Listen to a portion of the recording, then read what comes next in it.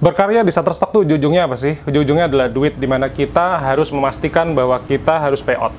Karena itu, banyak nggak orang yang akhirnya nggak payout? Banyak, teman-teman.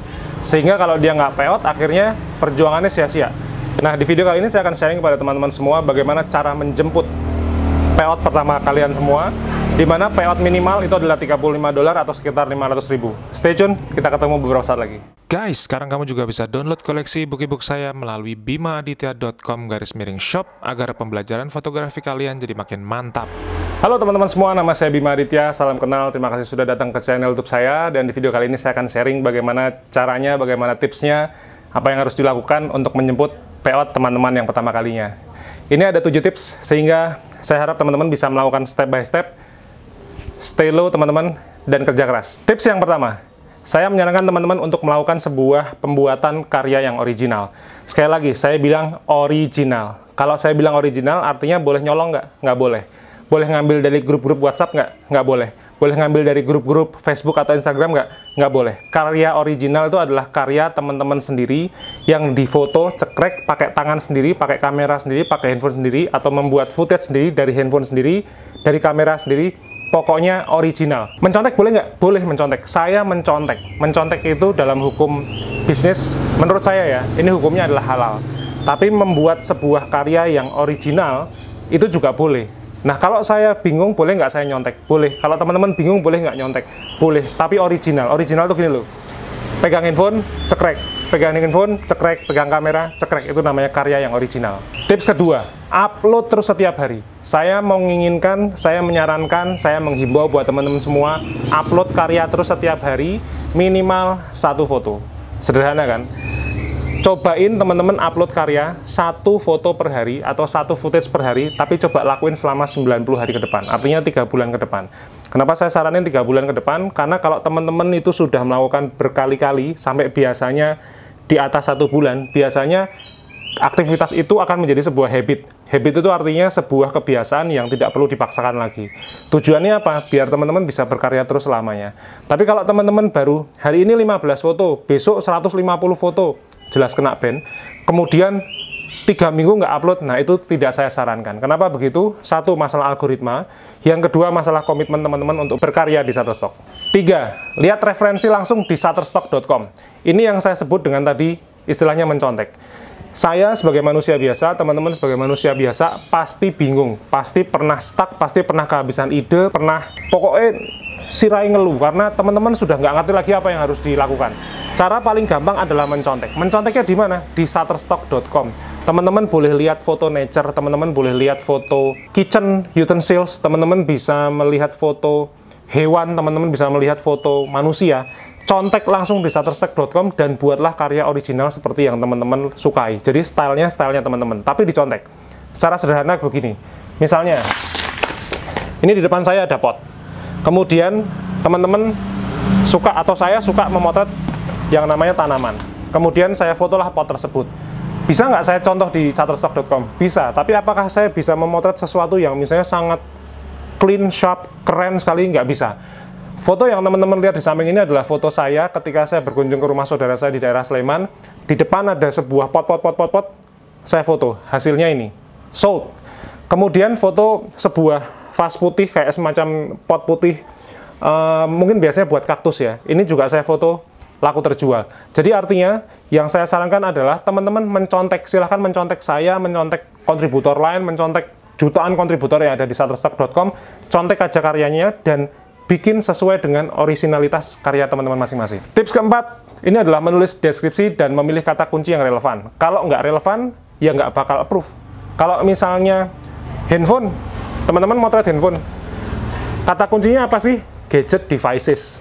Jangan terus handphone, teman-teman nulisnya adalah fried rice atau nasi goreng. Ini langsung kedetek dia nggak relevan. Kalau nggak relevan, ya di reject fotonya. Kemudian menulis kata kunci. Saya sudah share di playlist berburu dolar di Shutterstock, itu ada cara menulis deskripsi macam-macam. Ada foto liburan, ada menulis foto orang, ada menulis foto alam, macam-macam. Teman-teman bisa contek aja, ambil idenya, seperti yang saya tulis di buku jualan foto dengan Shutterstock ataupun ebook Shutterstock. Kalau teman-teman kepengen lihat tutorial videonya, ada di playlist berburu dolar di Shutterstock. Jadi semua tutorial di channel YouTube ini sudah lengkap, teman-teman tinggal lakukan, teman-teman tinggal pelajari, Tips kelima, ini masalah mental baja. Kalau teman-teman baperan, teman-teman gampang terbawa perasaan, kemudian disenggol dikit emosi segala macam, teman-teman tidak akan pernah bisa menjalankan bisnis ini atau bisnis yang lain. Karena begini, saya mengerjakan dunia fotografi, saya berbisnis di dunia fotografi ini sudah 12 tahun. Kalau teman-teman mengikuti channel YouTube saya punya Guest juga sudah 8 tahun. Artinya 12 tahun memotret itu, ya saya menghabiskan 365 hari kali 12. Kalau teman-teman baru memulai hari ini, teman-teman baru lihat channel YouTube saya, terus kemudian teman-teman pengen besok pagi kaya, punya $1000 gitu, lupakan saja. Nggak usah main-main di bisnis ini. Teman-teman kembali saja ke kasur teman-teman, kemudian tidur, kemudian memimpikan teman-teman jadi seorang miliarder. Dah, itu aja. Nah, kenapa sih mental baja? Saya bisa bilang begini. Selalu saya terima sebuah komentar di mana bilangnya gini, Mas, kira-kira kapan ya saya download? Lah, saya bukan Tuhan nih. Teman-teman tanya ke yang di atas. Mas, butuh berapa portofolio untuk kemudian mendapatkan sold pertama ya? Saya juga nggak tahu, saya juga bukan Tuhan gitu. Mas, kapan saya bisa payout? Jangan tanya saya, tanyalah kepada diri teman-teman sendiri. Kalau misalnya teman-teman berkarya aja nggak pernah, ngirim footage nggak pernah, ngirim foto nggak pernah, ngirim apa misalnya mau main vektor atau ilustrasi nggak pernah, ya gimana bisa payout gitu? Kadang-kadang untuk mencari approve pertama itu teman-teman yang ada di subscriber ini ya, itu saya tahu persis bahwa mereka mencari download pertama itu berdarah-darah. Jadi begitu mereka download pertamanya 10 sen, begitu download pertamanya misalnya $1, itu mereka senangnya luar biasa. Saya sangat bisa memahami perasaan seperti itu, karena saya juga download pertama 25 sen itu saya lonjak-lonjak, saya lari-lari saya, karena sebegitu bahagianya. Setelah approve apa sih? Setelah approve harapannya adalah sold fotonya. Begitu sold fotonya apa sih harapannya? Harapannya adalah sold, terus-terusan sold. Terus setelah sold harapannya apa? Nah, ini yang saya share di video ini. Harapannya adalah teman-teman payout. Karena kalau teman-teman nggak sampai payout, itu teman-teman ngelakuin itu sia-sia. Boleh nggak sih kita payoutnya dalam waktu berbulan-bulan? Boleh, teman-teman. Saya tuh pertama kali payout $35, butuh waktu 10 bulan. Mungkin itu kebodohan saya gitu. Mungkin itu adalah ketololan saya gitu. Cuman ada nggak teman-teman yang lebih hebat dari saya? Banyak. Saya tuh di sini juga bukan maha guru gitu. Saya di sini tuh sama-sama kontributor seperti teman-teman yang menyaksikan video ini. Jadi mungkin bedanya mereka tidak sharing, saya sharing. Jadi kalau saya bilang di video sebelumnya, saya dapat berapa sih di Shutterstock? Dapat 50 sen. Kalau $50 mending teman-teman. Saya sebulan cuma dapat 50 sen. Artinya di bawah $1. Ya saya share tuh di video itu. Saya dalam 1 bulan saya mendapatkan $7. Ya saya share kok. Saya dalam 1 bulan mendapatkan $10, saya share kok. Jadi artinya apa yang saya sharing di video ini itu semuanya adalah murni asli. Saya nggak menjual mimpi, saya menjual apa ya? Saya nggak jualan apa-apa. Ya saya jualan informasi di sini. Jadi kalau teman-teman mau terjun di Shutterstock, pastikan mentalnya baja. Tips ke-6, jangan sekali-sekali melanggar aturan. Saya sudah share di video sebelumnya, mungkin sebulan yang lalu, tentang 3 hal yang membuat teman-teman bisa kena ban. Teman-teman nonton, link videonya ada di atas. Atau kalau nggak, mungkin nanti di deskripsi di bawah, cari aja. Cuman saran saya jangan melanggar aturan. Melanggar aturan tuh gimana sih? 1, teman-teman nyolong karyanya orang dijual. Itu namanya nyolong. Melanggar peraturan, teman-teman bisa ke-ban. Teman-teman misalnya nguploadnya udah nggak kayak manusiawi. Teman-teman ngupload tuh sehari bisa kayak 300 foto gitu, kena ban. Karena kan itu kan apa ya? Rasanya kayak teman-teman melakukan sebuah kegiatan yang tidak pada dasarnya kemampuan manusia gitu, teman-teman kayak robot. Nah, kalau kayak gitu udah jelas melanggar aturan. Melanggar aturan lagi apa? Misalnya teman-teman disuruhnya nulis deskripsi itu harus ada 5W 1H. Teman-teman tidak melakukan itu, ya ditolak juga gitu. Artinya karya teman-teman ditolak.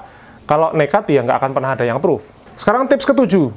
Tips ke-7 dari saya, ini tips paling penting, nggak usah ngurusin rezekinya orang. Fokus saya sama rezeki teman-teman sendiri.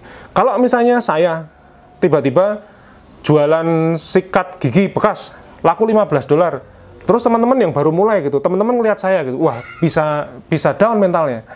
Coba teman-teman misalnya fokus aja sama diri teman-teman sendiri, karena di Shutterstock itu adalah teman-teman bisa jualan foto apapun. Sekali lagi, apapun teman-teman. Ini benar-benar sebuah platform di mana teman-teman bisa menjual foto maupun video apapun.